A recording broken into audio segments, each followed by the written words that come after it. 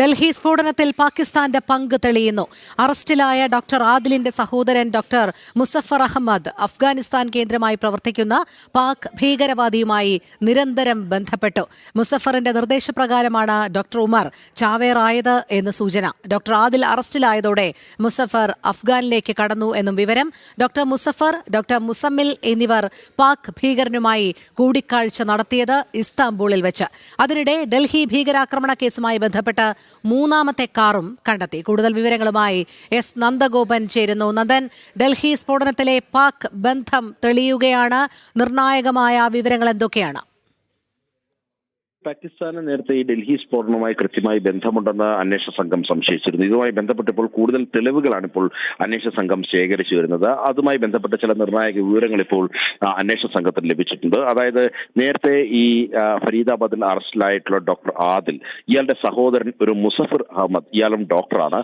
ഇയാൾ അഫ്ഗാൻ കേന്ദ്രമായി പ്രവർത്തിക്കുന്ന ഒരു പാക് ഭീകരവാദിയുമായി നിരന്തരം ബന്ധപ്പെട്ടിരുന്നു എന്നുള്ളതാണ് പ്രധാനമായും കണ്ടെത്തിയിരിക്കുന്നത്.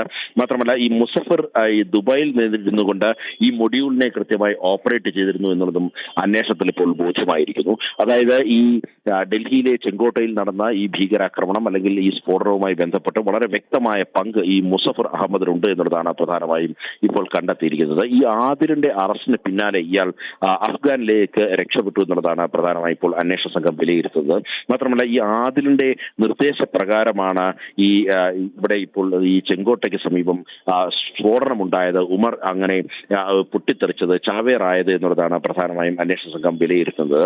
ഈ ആദിൽ അറസ്റ്റിലായി, അതേപോലെ തന്നെ മറ്റ് സുഹൃത്തുക്കൾ ഇതുമായി ബന്ധപ്പെട്ട് നിൽക്കുന്ന ഭീകരർ ഓരോരുത്തരായി അറസ്റ്റിലായ ഒരു ഘട്ടത്തിൽ തന്നിലേക്കും അന്വേഷണം എത്തുമെന്നുള്ളത് ഉമർ ഉറപ്പിച്ചതോടെ ഈ ആദിൽ ഇത്തരത്തിൽ ചാവേറാകുവാൻ വേണ്ടി ഉമറിനോട് നിർദ്ദേശിക്കുകയായിരുന്നു. അങ്ങനെ ഉമർ ഈ വാഹനത്തിൽ സ്ഫോടക വസ്തുവുമായി ഈ ചെങ്കോട്ടയുടെ പരിസരത്തേക്ക് എത്തുന്നതും എന്നുള്ളതാണ് പോലീസ് ഇപ്പോൾ പ്രധാനമായും കണ്ടെത്തിയിരിക്കുന്നത്.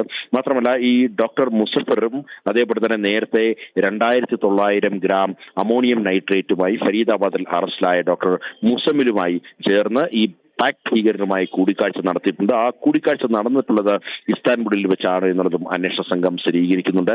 ഇതുമായി ബന്ധപ്പെട്ട ശാസ്ത്രീയ തെളിവുകൾ ഇപ്പോൾ അന്വേഷണ സംഘം ശേഖരിച്ചു വരികയാണ്. അതായത് കൂടുതൽ ഡോക്ടർമാർക്ക് ഈ വിഷയത്തിൽ പങ്കുണ്ട് എന്നുള്ളതാണ് വ്യക്തമാകുന്നത്. മാത്രമല്ല ഈ അറസ്റ്റിലായവരുടെ ബന്ധുക്കൾക്കും ഇതുമായി ബന്ധപ്പെട്ട ചില പങ്കുണ്ട് എന്നുള്ളതും പോലീസ് വ്യക്തമാകുന്നുണ്ട്.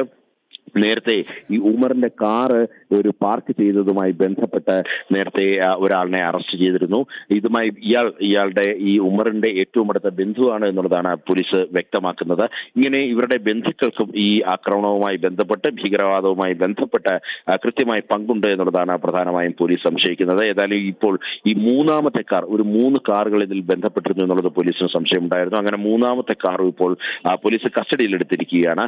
ഇതിൽ ഏറ്റവും പ്രധാനപ്പെട്ടത് ഇതിന്റെ വനിതാ വിങ്ങായി ഈ ജമാഅത്തെ ഈ ഭീകര സംഘടനയുടെ പ്രധാനി എന്ന് സംശയിക്കുന്ന മറ്റൊരു ഡോക്ടറുടെ, അതായത് ഈ ഭീകര സംഘടനയിലെ വനിതാ ഡോക്ടറായിട്ടുള്ള ഷഹീന്റെ കാറാണ് കണ്ടെത്തിയിട്ടുള്ളത്. ഈ കാറ് ഈ ഒരു ബ്രാസ കാറാണ്. ഈ ബ്രസ കാറ് അൽഫലാഖ് സർവകലാശാലയിൽ നിന്നും അതിന്റെ പാർക്കിംഗ് ബേയിൽ നിന്നുമാണ് ഇപ്പോൾ അന്വേഷണ സംഘം കണ്ടെത്തിയിരിക്കുന്നത്. മാത്രമല്ല കൂടുതൽ കാറുകൾ ഇതിൽ ഉൾപ്പെട്ടിട്ടുണ്ട് എന്നുള്ളതും അന്വേഷണ സംഘം സംശയിക്കുന്നുണ്ട്. പ്രധാനമായും 32 ഇടങ്ങളിൽ സ്ഫോടനം നടത്താൻ വേണ്ടിയായിരുന്നു ഇവർ ഉദ്ദേശിച്ചിരുന്നത്. ഈ 32 ഇടങ്ങളിലും ഈ കാറിൽ സ്ഫോടക വസ്തു നിറച്ച് അത് പൊട്ടിത്തെറിപ്പിക്കുകയായിരുന്നു ഇവരുടെ പദ്ധതി എന്നുള്ളതാണ് അന്വേഷണ സംഘം കണ്ടെത്തിയിരിക്കുന്നത്. ഇതിനായി ഇവർ രാസവളമടക്കം സ്വരൂപിച്ചിരുന്നു എന്നുള്ളതാണ്. ഏതാണ്ട് 3 ലക്ഷം രൂപ ഉപയോഗിച്ച് 20 കിൻഡലോളം NPK രാസവളം വാങ്ങിയതായി റിപ്പോർട്ടുണ്ട്. ഗുർഗാം ന്യൂസ് എന്നിവിടങ്ങളിൽ നിന്നുമാണ് ഈ രാസവളം സംഭരിച്ചത്. IED സ്ഫോടനത്തിനാണ് രാസവളം സംഭരിച്ചത് എന്നുള്ളതാണ് അന്വേഷണ സംഘം കണ്ടെത്തിയിരിക്കുന്നത്.